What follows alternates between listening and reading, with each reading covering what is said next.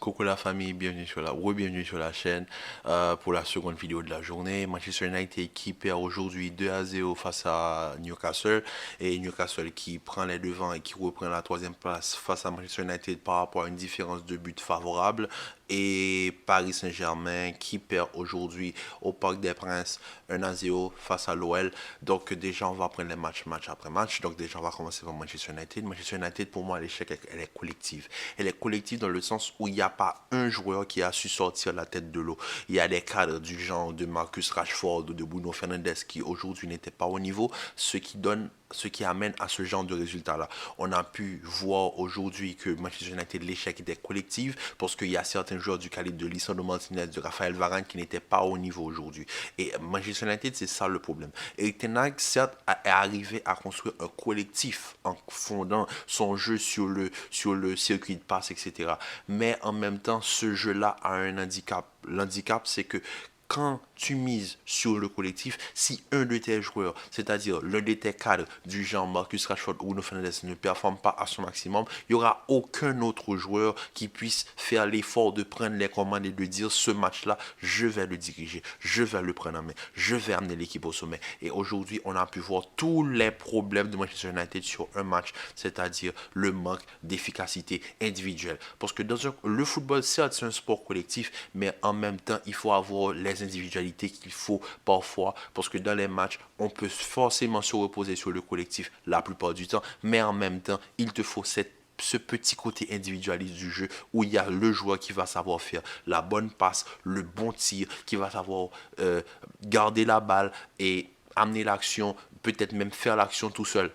Je sais très bien que c'est pas impossible de faire une action toute seule, mais ce que je veux dire par là, c'est qu'aujourd'hui, vu que les cadres, les meneurs de cette équipe n'étaient pas au niveau, ils sont complètement coulés face à une équipe de Newcastle bien rodée par Eddie Howe. Et franchement, le sourire qu'il y avait sur les visages des joueurs de Newcastle, on a pu voir que cette victoire, ils sont allés la chercher, mais vraiment avec la grinta. Ils sont allés la chercher dans leur trip. On peut voir Willock, le but, la manière dont ils célèbrent la fin du match, le sourire sur les visages ébahis des joueurs, littéralement, le public qui était avec eux. Franchement, aujourd'hui, on a assisté à un beau spectacle de la part des Magpies qui aujourd'hui nous montrent que leur bonne forme sur toute l'année, elle n'est pas due au hasard. Et franchement, avec une différence de but vraiment supérieure à celle de Manchester United, je pense que c'est près d'une vingtaine de buts de différence, on peut voir quelle équipe vraiment mérite cette troisième place de Première Ligue. Et franchement, félicitations Magpies.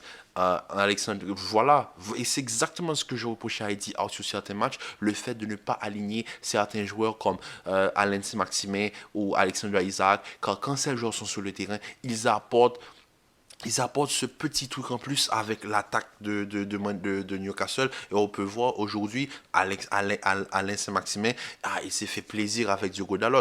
Et moi, je le répète, Diogo Dalot, c'est un superbe latéral. Mais Diogo Dalot, pour moi, défensivement, c'est du même niveau qu'Alexander Arnold. C'est-à-dire que c'est un très bon joueur, mais offensivement parlant. Mais sur le point de vue défensif, je préfère avoir un Aaron Bissaka à ce poste et qui va savoir faire la faute et mettre le pied là où il faut, quand il le faut, et essayer de ne pas faire de faute vulgaire, de faute grossière, mais d'amener ce qu'on appelle ce petit côté défensif très solide que recherche un Eric Ten Hag. Parce que je comprends Eric Ten Hag, il veut du Dalot pour sa capacité à attaquer, à déborder et à amener le danger sur le côté. Mais le problème, c'est que Aaron Bissaka, il n'a pas le même profil. Alors, Aaron Bissaka, c'est vraiment le latéral défenseur. Donc, pour moi, Aaron Bissaka peut même jouer défenseur central s'il le faut. Bon, même s'il a beaucoup d'engagement, ce poste de défenseur central ne lui conviendrait pas. Mais quand même, il peut penser à une reconversion dans le futur. Même par exemple pour un Luke Shaw. Luke Shaw, c'est vraiment le côté défensif, tandis que de l'autre côté, tu devrais avoir un Tyrell Malacia. Si tu as un Diogo Dalot, ok, je comprends, tu as un Diogo Dalot, tu peux avoir un Luke Shaw. L'équilibre a été trouvé. Mais le problème avec Eric Ten Hag, c'est que je pense que je ne suis pas plus coach qu'Eric Ten Hag, mais comme par rapport à Liverpool où ils ont pris 7-0, l'erreur tactique, elle est claire. C'est-à-dire que tu me sors Diogo Dalot, tu mets Aaron Bissaka, un latéral vraiment plus physique pour aller prendre Saint-Maximin au marquage, et tu crées le déséquilibre de l'autre côté. C'est-à-dire de l'autre côté où Newcastle avait énormément de problèmes en l'absence d'Almiron, le côté droit de Newcastle n'est pas si efficace n'est pas aussi efficace. Donc si tu mets Tyrell Malacia, si je ne me trompe pas, Tyrell Malacia est peut-être blessé peut-être si il est blessé, vous me le direz en commentaire, mais comme je le sais, Tyrell Malacia, tu le mets à gauche, il va créer le déséquilibre avec peut-être un Marcus Rashford, ça va être plus efficace d'appuyer sur le côté droit, c'est-à-dire le côté gauche, respectivement le côté gauche de Manchester United, que de forcer avec Diogo Dalot et Anthony sur le côté droit. Et Anthony, je le répète, Anthony, il a énormément de progrès à faire avec cette équipe de Manchester United. Donc franchement, il faut que Erik ten Hag recadre ses joueurs parce que franchement, ils sont à un point de redescendre en Ligue Europa. C'est-à-dire que oui, c'est vrai qu'ils sont en bonne forme cette saison, mais quand même, la 4e, 3e et 5e place, c'est un point. Donc franchement, il faut faire très attention quand la course à la Ligue des Champions est vraiment, vraiment, vraiment dangereuse en Première Ligue. Donc Manchester United, échec collectif, Newcastle, succès collectif, avec les individualités qui ont su s'imposer. On a pu voir le premier but, voilà, le centre, la remise de la tête de Saint-Maximin pour le but de Willock, et ensuite le deuxième but sur coup franc de Kieran Trippier qui dose ce ballon sur la tête de Wilson. Franchement, très beau match de la part des Magpies, il n'y avait rien à dire. Maintenant, on va passer sur la catastrophe de la journée qui se nomme le PSG. Mais moi, le PSG, je ne vais même pas vous critiquer, j'ai même pas envie de débriefer le match, parce qu'il n'y a pas à débriefer ça. Je suis désolé. Vous êtes considéré en Europe comme étant l'une des meilleures équipes européennes. Comment osez-vous proposer ce genre de spectacle-là à des gens qui paient littéralement des abonnements pour venir vous voir régulièrement au parc? Depuis le retour de la Ligue des Champions, c'est 2 matchs au parc de défaite. Et le pire, c'est qu'aujourd'hui, c'était 2 formations qui jouaient théoriquement à 5 défenseurs. Et aujourd'hui, je vais vous le montrer, que Lyon, c'est l'équipe qui maîtrise parfaitement la tactique du 5 derrière. Désolé. Aujourd'hui, on a pu voir que Lyon, ils étaient compacts à l'arrière. Ils savaient encaisser les contre-attaques du PSG. Ils avaient très peu d'espace, donc Mbappé n'a pas pu trouver les espaces qu'il trouve habituellement face aux autres écuries françaises. Donc aujourd'hui, on a pu voir par exemple la présence de Dejan Lovren, à quel point il a su gérer Messi et en même temps gérer Mbappé. Quand Mbappé essayait de passer derrière le défenseur central, il était toujours en couverture. Donc franchement, match très propre de Dejan Lovren. Pourquoi je cite Dejan Lovren? C'est parce qu'en fin de première période, il y a une main de Dejan Lovren qu'on ne siffle pas pour le PSG. Mais moi, je dis qu'il n'y a pas main. Il y a main, effectivement. Je pense qu'il y a main. Logiquement, il y a main. Mais le problème, c'est que Dejan Lovren est en course. C'est forcément tout athlète quand on court toujours avec la main qui bouge. Donc forcément, la balle vient toucher sa main. Mais est-ce que c'est volontairement qu'il met sa main? Non. Pour moi, il y a main, mais est-ce qu'elle est volontaire? Non. Non, elle n'est pas volontaire. Est-ce qu'elle devrait être sifflée? Pour moi, c'est 50-50 dans ce cas-ci. C'est 50-50. Si l'arbitre, pour moi, je ne siffle pas parce que je me mets à sa place, ça peut arriver à n'importe qui. Maintenant, forcément, dans les cas de figure, quand tu lèves le bras ou quand tu mets la main ou quand tu vois la balle, on sent qu'il y a même si c'est un millimètre un micro pourcentage qui est volonté de bloquer la balle, on peut comprendre, à ce moment-là, on peut siffler. Maintenant, quand le joueur, tu vois que la balle vraiment, ça touche même son doigt et qu'il retire sa main tout de suite, donc à ce moment-là, je pense qu'il n'y a pas volonté de nuire. Donc forcément, le PSG va se plaindre de l'arbitrage, mais pour moi, l'arbitrage a été très bon. Maintenant, on va juste pencher sur le jeu de Lyon. Lyon, ils savent comment gérer les 5 défenseurs. Les pistons sur les côtés, ils savent quand ils montent. Ils montent pas comme les 2 autres zigotos là du PSG, en la présence de Nuno Mendes et de Achraf Hakimi, qui montent en permanence sans se soucier de ce qui se passe derrière. Eux, ils continuent à monter. Ils oublient qu'ils doivent défendre. Franchement, aujourd'hui, on a pu voir Lyon, les pistons, ils sont montés. Et aujourd'hui, le but de Barcola, si je ne me trompe pas, c'est l'un des pistons, je ne me rappelle pas de son nom, c'est Diomandé. Diomandé, c'est un défenseur central, je ne me rappelle pas. C'est le piston qui redresse la balle pour Barcola, qui arrive à trouver l'espace au deuxième poteau pour rapidement faire un contre-pied à Donnarumma. Mais franchement, on ne va pas se mentir, le but est mérité. Parce que Lyon, dès la première période, ils auraient dû au moins mener 1-0. Au moins. Parce que déjà là, parce que moi, face au PSG, moi, j'ai pas envie de critiquer le PSG, j'ai pas envie de m'énerver aujourd'hui. Donc, moi, je vais juste rapidement faire. Pour le match aujourd'hui, je pense que le PSG. En fait, vous savez, quand vous regardez les grandes équipes qui jouent et vous regardez les grandes équipes évoluer face aux petites équipes, vous avez toujours cette impression où la petite équipe n'arrive pas à trouver le bon tempo. La petite équipe n'arrive pas à mettre le pied sur le ballon comme la grande équipe peut le faire. Vous voyez ce que je veux dire? Donc forcément, un PSG qui joue extrêmement mal. Oui, pendant les premières minutes, Messi, talonnade, il essaie de lancer Mbappé, Kiki qui essaie de redresser, mettre des lobes à Anthony Lopez, ça passe pas, je peux comprendre. Maintenant, quand Lyon a un petit momentum favorable, ils ont cette action où, franchement, Barcola est lancé et là, tu vois qu'il glisse. Il glisse, tu te dis, oh man, pourquoi il glisse là, à ce moment-là? Ensuite, penalty, Lacazette. Spécialiste, il n'en a raté qu'un seul durant toute la saison. Et bizarrement, aujourd'hui, il l'a raté. Il l'a très mal tiré, tour croisé, poteau, raté. Là, tu te dis, ok, là, le PSG, ça va partir dans tous les sens. En fin de première période, le PSG a un petit momentum favorable qui amène à la main de Lovren en question.